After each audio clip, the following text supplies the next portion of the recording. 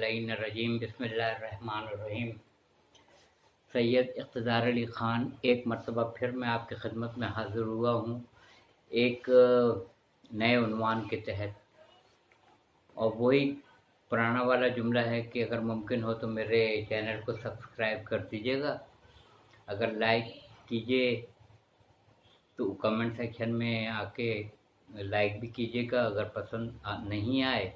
कोई उसमें आपको कुछ कमी पेशी महसूस हो तो उसके कमेंट्स भी दे दीजिएगा,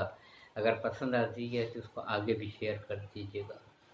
बहरहाल बड़ा दक़ीक़ कुरान मजीद में बहुत सारे अल्फाज ऐसे हैं जिसके मानी बेशुमार हैं, अभी तक जिनका तयन भी नहीं कोई कर सका है कि इसका सही मानी क्या है, बिल्कुल मुख्तलिफ। जैसे इमाम लफ्ज़ के मानी बिल्कुल एक्यूरेट तयन नहीं हो सके, वली के मानी बिल्कुल तयन नहीं हो सके, वली किसे कहते हैं। इसी तरीक़े से उल अम्र किसे कहते हैं नहीं पता, ऊती उल इल्म किसे कहते हैं नहीं पता, रासिखूना फिल इल्म किसे कहते हैं नहीं पता, उलुल अलबाब कौन है नहीं पता, अहलुल ज़िक्र कौन है नहीं पता। तो इसी तरीक़े से बेशुमार आयतें ऐसी हैं, जैसे लफ्ज़ कौसर, उसके भी बेशुमार मानी। अभी तक ये 5 लफ्ज़ ऐसे हैं सूरह कौसर में जो पूरे कुरान मजीद में रिपीट नहीं हुए दोबारा। ये कुरान मजीद में कौसर, सूरह कौसर जो 108 नंबर का सूरा है, और जिसके बारे में कहा जाता है कि ये एक हौज़ है जन्नत में, हौज़ कौसर के नाम से, जो रसूल खुदा सल्लल्लाहु अलैहि वसल्लम को दी जाएगी। तो मैं उनसे यही कहता हूँ हमेशा सूरह रहमान पढ़ लीजिए, उसमें यह है कि मुत्तक़ियों को जन्नतैन, जमा का सीगा इस्तेमाल हुआ है, जन्नत उसकी जमा जन्नतैन, हम उनको 2-2 जन्नतें देंगे। एक आम इंसान को, मुत्तक़ी को तो 2-2 जन्नतें मिल रही हैं, तो जो बाइस तख़लीक़ कायनात हैं यानी ख़त्मी मरतबत अहमद मुज्तबा मोहम्मद मुस्तफ़ा सल्लल्लाहु अलैहि वसल्लम, उनको एक हौज़ कौसर दी जाएगी, यानी जिससे वो मुत्तक़ियों को सैराब करेंगे। नहीं, इसका मतलब ये है कि कौसर के मानी कोई और हैं। तो जिस तरह कौसर के मानी मुतय्यन नहीं हो सके हैं, मौला के नहीं हो सके हैं, उल अम्र के नहीं हो सके हैं, ऊती उल इल्म के नहीं हो सके हैं, रासिखूना फिल इल्म के नहीं हो सके हैं, उलुल अलबाब के नहीं हो सके हैं, अहलुल ज़िक्र के नहीं हो सके हैं। इसी तरीक़े से वली का तयन अभी तक नहीं हुआ है, वली। और ये आयत है 55 नंबर की, 55 नंबर की आयत है सूरह मायदा। मायदा उस दस्तरखान को कहा जाता है, मुझसे बेहतर आप जानते हैं, जिस पे एक तो दस्तरखान हम वो है जो डेकोरेशन की दुकान से लेकर आते हैं और उसको सजा देते हैं, वो मायदा नहीं है, वो दस्तरखान नहीं है। जब उस पर खाने रख दिए जाएंगे, नेमतें अल्लाह ताला की उस पर रख दी जाएंगी, तब अब उस नेमतों के साथ वो बिछा हुआ दस्तरखान मायदा कहलाएगा, जिसमें नेमतें रखी हों उसमें। तो हमें ढूंढना पड़ेगा सूरह मायदा 5वां सूरा आयत नंबर 55। तो मायदा हमें ढूंढना पड़ेगा, उसमें ऐसी कौन सा वो दस्तरखान है जिस पर अल्लाह ने कोई ख़ास नेमत ला कर रखी है, उसको हमें ढूंढना पड़ेगा। ये लम्हा फिक्रिया है। मगर अभी जो मैं 55 नंबर के आयत का तर्जुमा आपके सामने पढ़ रहा हूँ वो ये है कि बिस्मिल्लाहिर्रहमानिर्रहीम, अल्लाह तुम्हारा वली है, अल्लाह का रसूल सल्लल्लाहु अलैहि वसल्लम तुम्हारे वली हैं, और वो अहले ईमान तुम्हारे वली हैं जो नमाज कायम करते हैं और ज़कात देते हैं। ये सूरह मायदा की आयत नंबर 55 है, 55। अब यहाँ पे मैं रुक के सिर्फ आपसे एक सवाल करता हूँ कि देखिए, वली का मतलब के लिया है दोस्त के, वली का मतलब है दोस्त। तो अल्लाह तुम्हारा दोस्त है, उसका रसूल सल्लल्लाहु अलैहि वसल्लम तुम्हारे दोस्त हैं, और वो अहले ईमान तुम्हारे दोस्त हैं जो नमाज कायम करते हैं। नमाज पढ़ते हैं नहीं लिखा है, नमाज कायम करते हैं। जैसे मेरे घर में अगर कोई नमाजी नहीं है और मैं मुसल्ले बिछा दूं और बच्चों को कहूं आओ 5 वक्त की नमाज अदा की जाएगी, इसको कहते हैं कायम करना। मैंने अपने घर में इसको कायम कर दिया है, नमाज को 5 वक्त की पंजगाना नमाज अदा होगी। तो यहाँ कहा है अल्लाह तुम्हारा दोस्त है, اس کا رسول صلی اللہ علیہ وآلہ وسلم تمہارے دوست ہیں، اور وہ اہل ایمان تمہارے دوست ہیں جو نماز قائم کرتے ہیں اور زکوٰۃ دیتے ہیں۔ زکوٰۃ کے علاوہ بھی تو بہت ساری عبادتیں ہیں۔ جو نماز قائم کرتے ہیں اور حج کرتے ہیں نہیں ہے، جو نماز قائم کرتے ہیں اور جہاد کرتے ہیں نہیں ہے، جو نماز قائم کرتے ہیں اور روزے دار ہیں، روزے رکھتے ہیں نہیں ہے۔ یہ نماز کے ساتھ رکوع کے ساتھ جو خاص لفظ شامل ہوا ہے وہ زکوٰۃ کا ہے۔ اس کا مطلب یہ ہے کہ اس کے پس منظر میں کوئی واقعہ ہے، اسی لیے ساری تمیز باندھی ہے کہ جو نماز قائم کرتے ہیں، زکوٰۃ دیتے ہیں، ساتھ ساتھ آپ کو ملے گا، ہر جگہ ملے گا قرآن میں، مگر حالت رکوع میں اس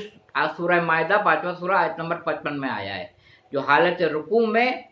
بس یہ ہے، رکوع کا لفظ شامل ہے آیت میں۔ اس لیے میں آیت نہیں پڑھ رہا ہوں کہ کہیں زیر زبر پیش کی 19-20 نہ ہو جائے، اس لیے میں نے آیت کی تلاوت نہیں کی، آپ خود کر لیجئے گا، مجھ سے بہتر تو آپ جانتے ہیں۔ تو اگر یہ ہے کہ جو نماز قائم کرتے ہیں مان لیا، جو حج کرتے ہیں نہیں ہے، جو جہاد کرتے ہیں نہیں ہے، جو روزے دار ہیں روزے رکھتے ہیں نہیں ہے، جو عمل بالمعروف و نہی عن المنکر کرتے ہیں نہیں ہے، جو زکوٰۃ دیتے ہیں مان لیا، جو نماز قائم کرتے ہیں اور زکوٰۃ دیتے ہیں، مگر کب؟ حالت رکوع میں۔ آیت میں رکوع کا لفظ آ گیا ہے، اگر رکوع کا لفظ آیت میں نہیں آیا ہوتا تو میں کہتا جو نماز قائم کرتے ہیں اور جو زکوٰۃ دیتے ہیں، مگر نہیں، یہاں پر رکوع کا لفظ بتا رہا ہے کہ نماز اور رکوع کے دوران کوئی عمل ہے جسے سر انجام دیا گیا ہے، جیسے کہ آپ کو پتہ ہے کہ میں متفقہ بین الفریقین باتیں پڑھنے کا عادی ہوں، میں وہ بات ہرگز نہیں پڑھتا ہوں کہ لوگ کہیں کہ یہ فلاں مسلک سے ہے تو اس نے یہاں پر یہ بات لا کے رکھ دی ہے، مگر جتنی جید ترین کتابیں، مستند ترین کتاب عالم اسلام کی ہیں، انہوں نے اس واقعے کو رقم کیا ہے کہ جب امیر المومنین حضرت علی علیہ السلام حالت رکوع میں تھے، رکوع کی حالت میں دو عبادت نہیں ہو سکتی، نماز کے لیے رکوع میں آنا وہ ایک الگ عبادت ہے، سبحان ربی العظیم و بحمد، سبحان ربی العظیم و بحمد، سبحان ربی العظیم و بحمد، اللہم صلی علی محمد و آل محمد، سمع اللہ لمن حمدہ، اللہ اکبر۔ اے اللہ، جو کچھ میں نے تجھ سے کہا وہ تو نے سن لیا، سمع سماعت سے نکلا ہے، سمع اللہ لمن حمدہ، اے رب العالمین، جو کچھ بھی میں نے تجھ سے کہا وہ تو نے سن لیا، اور پھر یہ کہہ کے کھڑے ہوتے ہیں اللہ اکبر۔ تو رکوع ایک الگ عبادت ہے، زکوٰۃ ایک الگ عبادت ہے، دو عبادت ایک ساتھ ہو رہی ہے۔ یہ آپ نے دیکھا کہ کوئی ہستی ہے جو رکوع کی حالت میں، جیسے اس طرح سے، جو رکوع کی حالت میں سبحان ربی العظیم و بحمد، سبحان ربی العظیم و بحمد، سبحان ربی العظیم و بحمد، اور اپنی انگلی سائل کی طرف بڑھا دی، جس نے انگوٹھی کو اتار لیا، اور امیر المومنین علیہ السلام نے حالت رکوع میں زکوٰۃ ادا کر دی، کیونکہ وہ یہ کہہ کے جا رہا تھا تیسری مرتبہ کہ پروردگار میں تیری بارگاہ میں استغاثہ بلند کر رہا ہوں اور میں صدا لگا رہا ہوں، کوئی میرے صدا کے اوپر لبیک نہیں کہہ رہا ہے۔ امیر المومنین کیونکہ اس وقت بارگاہ خداوندی علی اعلیٰ میں موجود تھے، سائل کی یہ صدا وہاں پر سنائی دی جہاں پہ مولائے متقیان تھے، کیونکہ ایک واقعہ آپ کی نظروں سے گزرا ہوگا کہ جب حضرت علی کو تیر لگا تو لوگوں نے کہا ابھی نہ نکالنا، جب علی حالت رکوع میں ہو جائیں یا حالت سجدہ میں چلے جائیں تو نکال لینا، جب سجدے کی حالت میں چلے جائیں تو پھر نکال لینا۔ یعنی اتنا محب ہو جانا، اتنا محب ہو جانا پروردگار عالم کے آگے، اتنا محب ہو جانا کہ آپ کو پتہ ہی نہ چلے۔ اس کی مثال میں آپ کو دے دیتا ہوں، جیسے طبیعت فریش نہیں ہے، ٹھیک ہے، آپ کو آپ کے سینیریو کے حساب سے پسندیدہ محفل آپ کو مل جاتی ہے، پسند کی محفل، تو جب اس محفل میں آپ چلے گئے، چاہے وہ شاعری کی محفل ہو، چاہے منقبت کی ہو، سلام کی ہو، مرثیہ کی ہو، یا کسی وائز کی تقریر سننے میں آپ اتنا محب ہو جاتے ہیں کہ آپ کو پتہ ہی نہیں چلتا ہے کہ 2 گھنٹے 3 گھنٹے 4 گھنٹے کس طرح سے گزر گئے، उसी हिसाब से